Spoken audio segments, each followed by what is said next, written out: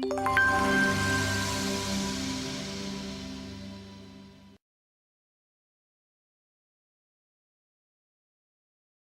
vida do profissional daqui a 20 anos pedirá e pede desde já o que nós chamamos de empregabilidade, que é essa capacidade que o profissional precisa desenvolver de se manter passível de ser contratado.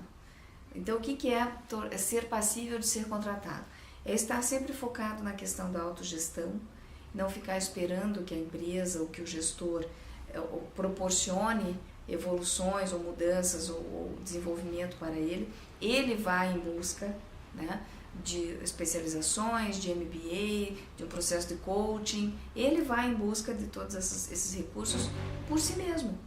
Por quê? Porque ele tem a intenção de manter a sua empregabilidade. O diferencial de um profissional de alta performance hoje é a questão da autogestão, como ele está se conduzindo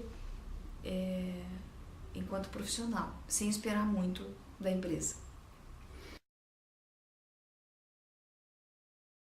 Uma pessoa, um profissional em 2032, uma projeção, fazendo uma ponte para o futuro, ele vai precisar ter uma capacidade de comunicação real, ou seja, uma capacidade de ser explícito, de ser claro, de ter um formato de negociação no estilo ganha-ganha, né?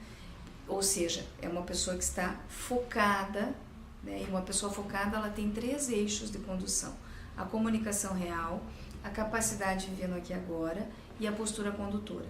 Então, esse profissional, em 2032, ele vai precisar ter essa capacidade de comunicação real, porque ele está focado.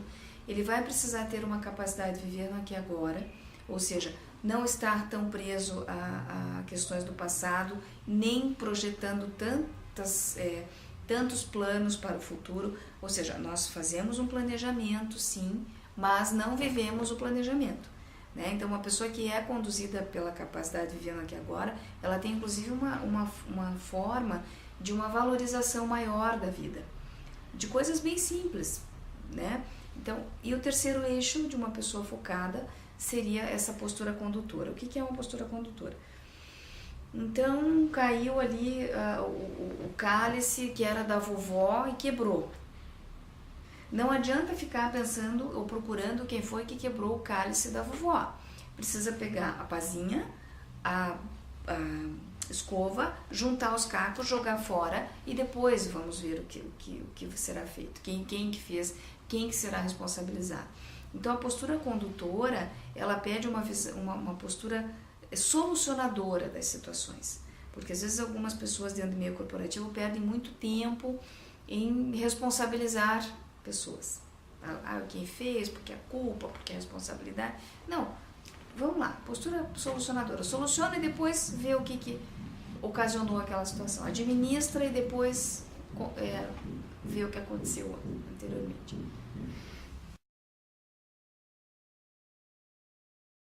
Há 10 anos atrás, por exemplo, em 2000, né, ou há 20 anos atrás, em 1990, as empresas procuravam um coach.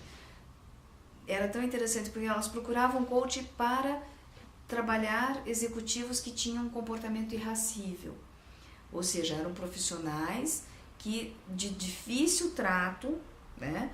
E então chamava-se um coach para lidar com esta pessoa. Hoje, em 2012, isso já mudou bastante e chama-se um coach para desenvolver competências em um profissional de modo que ele tenha alta performance. Então, em 2032, isso será ainda mais intenso e ainda mais ampliado, né? Ou seja, em 2032, que nós estamos aqui lidando com hipóteses, né? O profissional, o coach, no caso, ele vai ser cada vez mais um profissional que vai ampliar a visão de mundo do seu cliente, do seu coach. Ampliar a visão de mundo no sentido de estar sempre desenvolvendo uma alta performance desse profissional.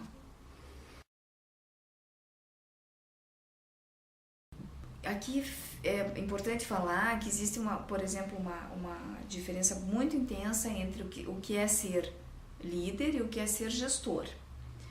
As técnicas de gestão nós podemos aprender num MBA, numa pós-graduação, porque é algo mais técnico. Então, técnicas de gestão é assim que funciona. Entretanto, a liderança, ela pede um cultivo interno desse líder. Então, é algo mais longo, é algo mais sustentável. Porque assim, um líder, ele inspira outras pessoas. Um gestor apenas conduz outras pessoas.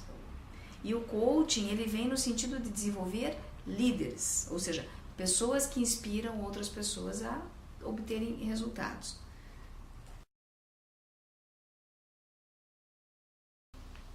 As empresas atualmente buscam, sim, muito mais líderes do que gestores. Eu costumo dizer para os meus clientes de coaching que o líder capataz morreu, né? Ele não existe mais. Daqui para diante não, de uns 10 anos já atrás e daqui para diante, o líder é aquele que serve, é um líder servidor, ele serve a sua equipe, ele tem uma postura prestadia. O que é uma postura prestadia? Ele se presta para o desenvolvimento dos componentes da sua equipe. Então, a liderança precisa ser cada vez mais servidora daqui para diante, porque o líder, por ser uma pessoa inspiradora, por ser uma pessoa que já tem um cultivo interno ampliado, ele precisa ter essa postura de quem serve. E quando eu falo serve, eu não estou falando de subserviência e nem de submissão, muito pelo contrário. Eu estou falando de alguém que alavanca o potencial do outro, o potencial dos seus colaboradores e partners. Então, a contribuição do coaching para a melhoria de uma performance profissional, ela vem no sentido de desenvolver-se novas competências em uma pessoa e não apenas sensibilizar competências. Num processo breve, como uma palestra, por exemplo, nós conseguimos até sensibilizar competências. A pessoa presta atenção naquilo e tal, ela atenta para determinadas coisas, mas ela não sai dali com competências desenvolvidas. Num processo de coaching, que é algo mais sustentável, que é algo mais continuado, né, que tem uma continuidade, então nós podemos desenvolver essas competências, porque desenvolver competências significa inserir essas competências no repertório comportamental desse profissional. Quais competências? Tomada de decisão, gestão de conflitos, resiliência, inteligência emocional, gestão do tempo e planejamento e outras competências que nós vamos trabalhando ao longo do processo de algumas sessões, de preferência individual. É claro que é possível se fazer um coaching em grupo também, desde que esse grupo não tenha mais que 6 pessoas, porque se tiver mais de 6 pessoas passa a ser um treinamento, né? Uma formação em coaching. Então, o processo de coaching, quando em grupo, ele precisa ser necessariamente com no máximo 6 pessoas, para que a gente possa ter essa possibilidade de desenvolver, né, as competências. O trabalho de coaching, ele tem uma abrangência de se trabalhar a dimensão profissional, sim, esse é o foco, mas trabalhando a dimensão profissional, nós acabamos tendo uma projeção na dimensão pessoal deste profissional também. Por quê? Existem algumas variáveis motivacionais para o ser humano, que são o trabalho e o amor.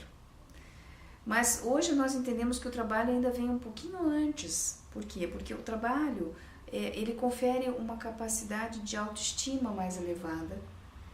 E uma pessoa com uma autoestima mais elevada, ela consegue amar o outro de uma forma mais inteira, né? Essa é uma das questões. A outra questão é assim, quando nós... por exemplo, atualmente os prazos nas empresas têm sido cada vez menores e a quantidade, ou seja, a demanda de atividades de trabalho cada vez maior. Isso gera o que nós conhecemos como estresse, né? Então, uma pessoa que passa por um processo de coaching e consegue gerenciar melhor as suas atividades, as suas competências na dimensão profissional, consequentemente ela vai conseguir gerenciar melhor a sua dimensão pessoal também. O coaching traz uma qualidade de vida melhor para o ser humano, porque o coaching ele vai fazer com que a pessoa tenha uma ampliação da visão de mundo, do seu mundo, né? Eu costumo usar uma metáfora, né? Que é a pessoa quando chega num processo de coaching, é como se ela chegasse assim dentro de um copo. Então ela só vê a forma daquele copo.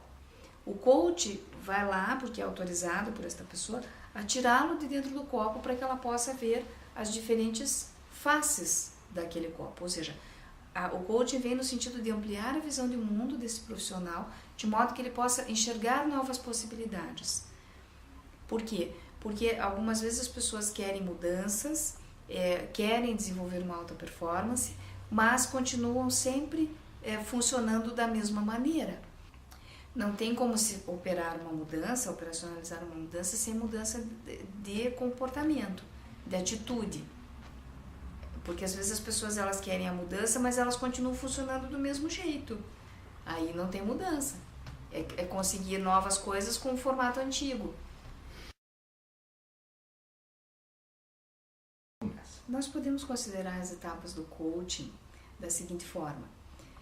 Num primeiro momento, eu sempre faço uma avaliação de perfil, eu utilizo algumas ferramentas, alguns inventários, já bastante assim, fidedignos para isso, né?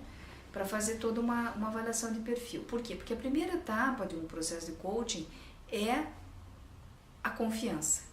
A confiança que o meu cliente precisa ter em mim. Por quê? Porque sem confiança não há exposição.